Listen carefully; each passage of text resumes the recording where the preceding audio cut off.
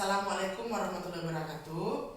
Terima kasih, salam sejahtera untuk kita semua dan selamat siang ya Bu ya. Ini kita ada di siang hari kita pertemuan kelompoknya. Terima kasih saya ucapkan kepada ibu-ibu, kakak-kakak saya KPM yang kembali lagi kita belajar ya, mau belajar bersama kita di sini dalam modul 4, modul perlindungan anak. Yang bulan semalam kita belajar dengan modul 3. Di sini kita belajar modul 4 tentang perlindungan anak. Bagaimana anak, bagaimana pencegahannya, kekerasan. Itu dia tentang modul perlindungan anak. Baik, mungkin hari ini kita padat ya Bu, banyak ini materi yang akan kita sampaikan. Jadi mungkin kita di sini tidak ada ice breaking seperti yang biasa-biasa kita bikin. Cuma saya ingin mengulang ke belakang. Ibu-ibu masih semangat? Terima kasih kalau masih semangat. Saya mau nanya dulu Bu, apa kemarin materi semalam bagaimana? Masih ingat Bu di modul 3? Iya, tentang apa itu Bu modul 3? Tentang penyakit. Oh iya, tentang penyakit, betul Bu. Tentang penyakit, iya, diare, malaria. Ujung-ujungnya bisa demam berdarah ya Bu ya. Bagus, betul. Itu betul itu Bu. Kemarin saya sudah lakukan suruh untuk bersih-bersih rumah, untuk bersih-bersih prakarangan. Masih ada nggak kira-kira sekelilingnya sampah Bu? Ya malu lah Bu kalau secara orang yang tidak peserta PKH tidak menerima materi bersih rumahnya. Secara peserta PKH menerima materi pembelajaran tidak bersih rumahnya. Malu kali kita ya Bu ya. Iya, alhamdulillah kalau sudah dilakukan. Kalau sudah halaman rumah, pekarangan rumah dan semuanya bersih. Hidup sehat ya Bu ya, agar bisa mengurangi kembali ke modul 2, mengurangi pengeluaran. Baik, kita masuk di sini Bu. Tujuan pembelajaran kita, peserta diharapkan mampu melakukan pencegahan kekerasan dan perlakuan salah terhadap anak, termasuk pencegahan kekerasan terhadap anak dan istri. Sama-sama kita baca ya Bu. Serta deteksi dini terhadap kekerasan seksual. Indikator keberhasilannya itu mampu menjelaskan pengertian hak-hak. Di sini jadi indikatornya masuk kita baca. Di sini pencegahan kekerasan dan perlakuan salah terhadap anak. Oke, masuk kita di sini ya Bu.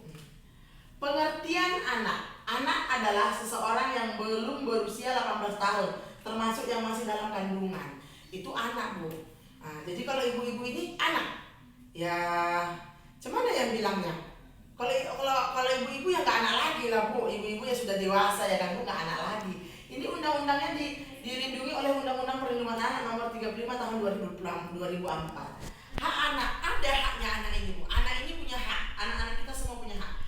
Hak anak adalah hak yang melekat pada martabat manusia sebagai insan ciptaan Tuhan Yang Maha Esa yang sifatnya tidak boleh dilanggar oleh siapapun dan yang seolah-olah merupakan suatu holy Umar Seno Aji. Di sini dianya itu tadi hak anak, dia punya. Setelah dari dia kandungan, dia sudah punya hak anak. Hak dia itu sudah melekat di diri dia. Itu sebenarnya harus kita penuhi dan kita jaga. Kemudian hak anak dapat diartikan. Di sini bahasa apanya ya Bu? Tadi kan bahasa intelektualnya ya kan Bu. Ini hak melekat asasi pada diri anak, pemberian Tuhan Yang Maha Esa. Hak ada sejak dilahirkan, bahkan saat di dalam kandungan. Kewajiban orang tua untuk memenuhi hak tersebut. Jika tidak dipenuhi, pelanggaran hak namanya Bu. Kewajiban orang tua untuk memenuhinya Bu. Kalau tidak dipenuhi, pelanggaran. Jika orang tua tidak memenuhi, melanggar Undang-Undang Perlindungan Anak, orang tua tidak mampu, sama dengan negara harus diambil alih. Berarti kalau tidak sanggup orang tua, orang ibu melindungi anak ibu, akan diambil haknya oleh pemerintah. Mau nggak Bu anaknya diambil ke pemerintah? Dimasukkan kemana? Iya, ke panti asuhan. Mau ibu berpisah dengan anak ibu? Itu tadi karena orang ibu tidak sanggup. Kalau tidak sanggup, diambil oleh anak, oleh negara, karena anak ini dilindungi oleh negara undang-undang. Oke, kemudian masuk kita di sini hak anak. Hak anak itu apa Bu? Sebenarnya gampang Bu. Hak anak itu bermain, berrekreasi, berpartisipasi, berhubungan dengan orang tua bila terpisah. Dia bila terpisahkan, bebas beribadah sesuai agamanya. Agama anak itu jangan bebas. Misalnya dia agamanya Islam, ikut orang ibu, ya bebas dia untuk beribadah Bu, jangan dilarang-larang. Bebas berkumpul, bebas berserikat, hidup dengan orang tua, kelangsungan hidup tumbuh dan berkembang. Nama harus punya nama bu anak ibu. Jangan lahir begitu aja gak ibu kasih nama, itu salah. Identitasnya lengkap, kewarganegaraan, pendidikannya dikasih pendidikannya. Apalagi kita peserta PKH kan bu, yang setiap bulan sekarang pencairannya itu setiap bulan hak anak ibu itu sudah dikasih. Kalau ibu tidak mengkasih, ibu akan ditegur oleh pemerintah. Informasi, standar kesehatan paling tinggi, standar hidup yang layaklah hidup, kasih hidup anak ibu, jangan nggak layak. Kalau makan seminggu 3 hari sehari, kasihlah makan 3 kali sehari. Kalau anak ibu itu umurnya masih dalam sekolahkanlah dia, jangan suruh kerja bu, nanti eksploitasi anak jadinya. Ini akan kita pelajari semua ini bu. Kemudian terkait dengan perlindungan pribadi dari tindakan penangkapan sewenang-wenang, dari perampasan kebebasan, dari perlakuan kejam, nggak boleh kejam kan bu, hukum dan perlakuan tidak manusiawi, itu tidak boleh bu anak, dari siksaan fisik dan non fisik, dari penculikan, penjualan dan perdagangan atau trafficking, dari eksploitasi seksual dan kegunaan seksual, dari eksploitasi penyalahgunaan obat-obatan, dari eksploitasi sebagai pekerja anak. Anak-anak itu sebenarnya layak bu, udah layak nggak kalau dia masih anak-anak bekerja? Tidak layak kan bu. Kemudian dari eksploitasi sebagai kelompok minoritas, kelompok adat terpencil, dari pemandangan atau keadaan yang menurut sifatnya belum layak untuk dilihat anak, seperti tontonan bu, seperti misalnya orang ibu juga di rumah jaga, tolong berantem jangan di depan anak, itu tidak layak untuk anak. Khusus dalam situasi genting darurat, khusus sebagai pengungsi orang yang terusir, tergusur, khusus jika mengalami konflik hukum, khusus dalam kondisi bersenjata atau konflik sosial. Ini luar biasa ini bu, bahaya untuk anak-anak. Oke, kemudian masuk kita mengerti ya bu ya, yang saya sampai tadi, ini banyak pemateri kita bu, jadi agak cepat kita ke apanya. Oke, masuk ke sini, jenis-jenis kekerasan dan perlakuan salah. Pengertian fisik, perbuatan yang dilakukan oleh seseorang yang mengakibatkan rasa sakit, jatuh sakit atau luka pada tubuh anak. Ini misalnya ibu pukul, ibu cubit, itu ini fisik. Pas nampak luka kan doa, itu juga kekerasan loh, contoh kekerasan. Kemudian fisikis, perbuatan yang mengakibatkan rasa tidak nyaman bahkan menimbulkan trauma yang berkepanjangan terhadap anak. Kekerasan ini sering terjadi berulang-ulang tanpa disadari atau disadari oleh pelaku. Ini fisikis, ininya bu, perasaannya yang di ini. Kemudian seksual, perbuatan yang mengakibatkan rasa tidak nyaman bahkan menimbulkan trauma yang berkepanjangan terhadap anak. Kekerasan ini sering terjadi berulang-ulang tanpa disadari atau disadari oleh pihak pelaku. Seksual bu, misal anak itu kan tidak nyaman kalau misalnya ada orang dewasa, laki-laki anak perempuan, dipegang pantatnya bu, dipegang alat apanya bu, itu kan tidak nyaman, itu kekerasan seksual bu, itu tidak boleh, itu bisa ditangkap itu bu. Contoh kekerasan, ini dia bu, memukul, ini kalau tadi fisik yang saya bilang memukul ya, mencubit, menampar itu nggak boleh bu. Menendang, menginjak-injak, menguncang-guncang badan anak, memasukkan cabai ke mulut, ini seringkali terjadi, memasukkan cabai ke mulut, ini nggak boleh ini bu. Itu nggak boleh tuh, itu kekerasan fisik, itu bisa dilaporkan tuh.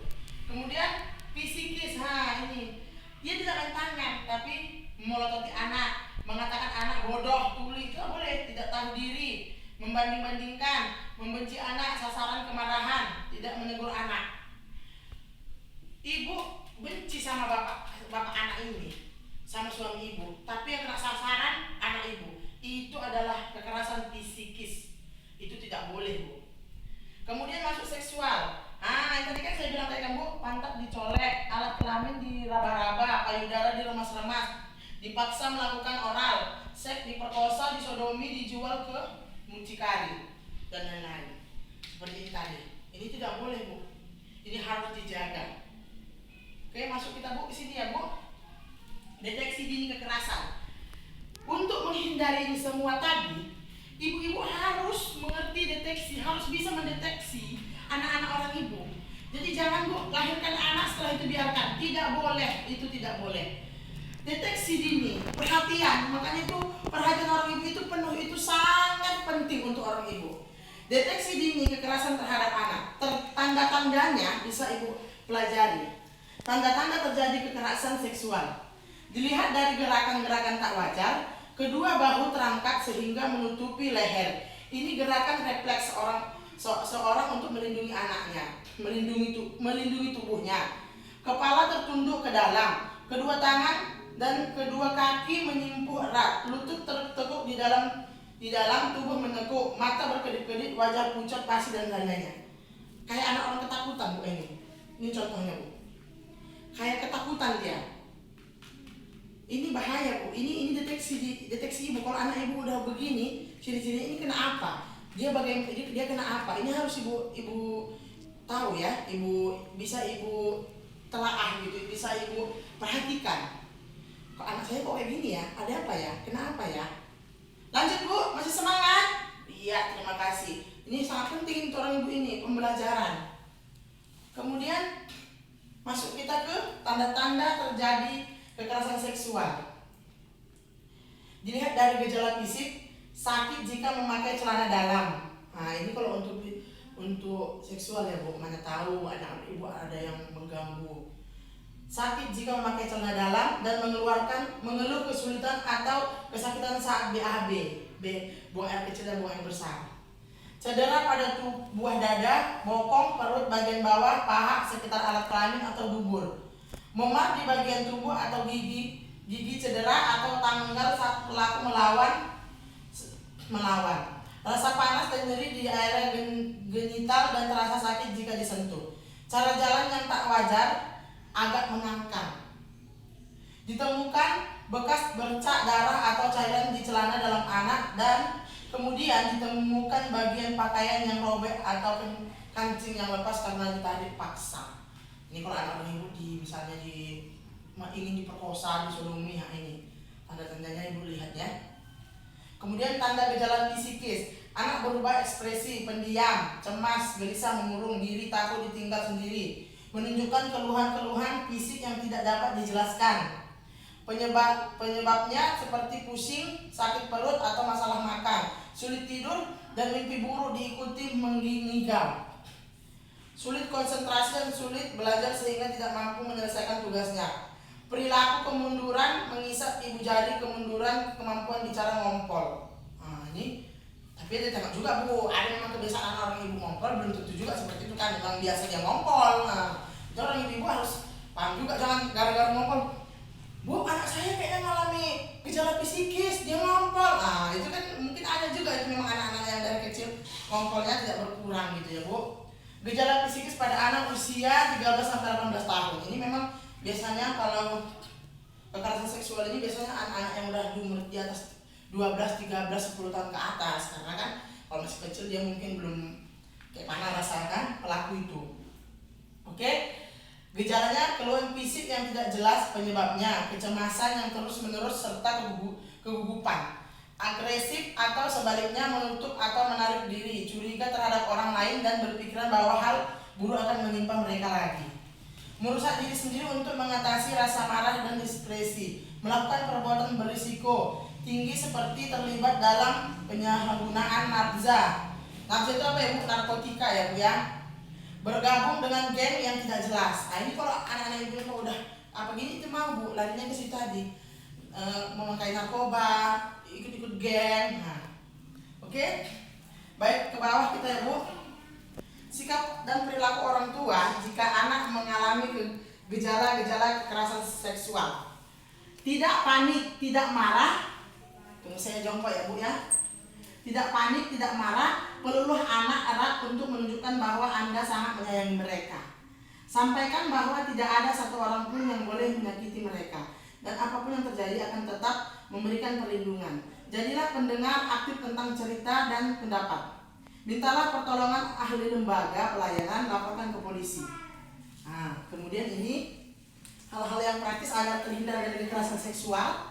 Ini dia bu, bisa kita baca sama-sama ya bu ya. Inilah dia tadi materinya, banyak ya bu ya. Dan ini sangat penting untuk orang ibu. Di antara juga kalau saya sih semua penting. Tadi materi-materi karena kita semua peserta PKH ini memiliki anak. yang sangat penting kali saya rasa memang ini, karena ini banyak sering terjadi Bu di lingkungan kita, sekitar kita. Ini orang ibu harus benar-benar menguasainya, karena ini oke, sebelumnya mungkin belum terjadi sama anak kita, tapi kita kan nggak tahu ke depannya ini akan terjadi kepada anak kita. Jadi ini sangat orang ibu harus bisa mendeteksi dini. Oke, ada pertanyaan Bu? Iya, seperti tadi ibu bilang bagaimana kalau udah anak kita ketakutan. Itu tadi Bu, kalau ibu lihat gejala anak ibu kayak gini, ini lakukan Bu. Sikap ibu lakukan. Sayangi dia, kasih perhatian, lindungi dia, dia akan merasa nyaman nanti. Setelah dia merasa nyaman, dia akan cerita. Ya seperti bilang tadi kan anak ibu ketakutan tapi dia tidak mau cerita. Karena dia ketakutan Bu. Iya, ada lagi Bu. Iya, terima kasih. Mungkin ini Bu pencegahannya. Ini karena banyak kan, satu sesi ini banyak, jadi saya potong. Pencegahannya nanti di minggu atau bulan selanjutnya. Jadi ini untuk pencegahan, bagaimana caranya, apanya itu kita belajar di situ nanti ya Bu. Oke, baik. Terima kasih sama untuk ibu-ibu. Untuk pertemuan ini sangat aktif, sangat kreatif, sangat bisa mengikuti pembelajaran. Saya ucapkan terima kasih. Baik, kita akan bertemu pertemuan kelompok selanjutnya. Saya akhiri dengan wabillahi taufiq wal hidayah. Assalamualaikum warahmatullahi wabarakatuh.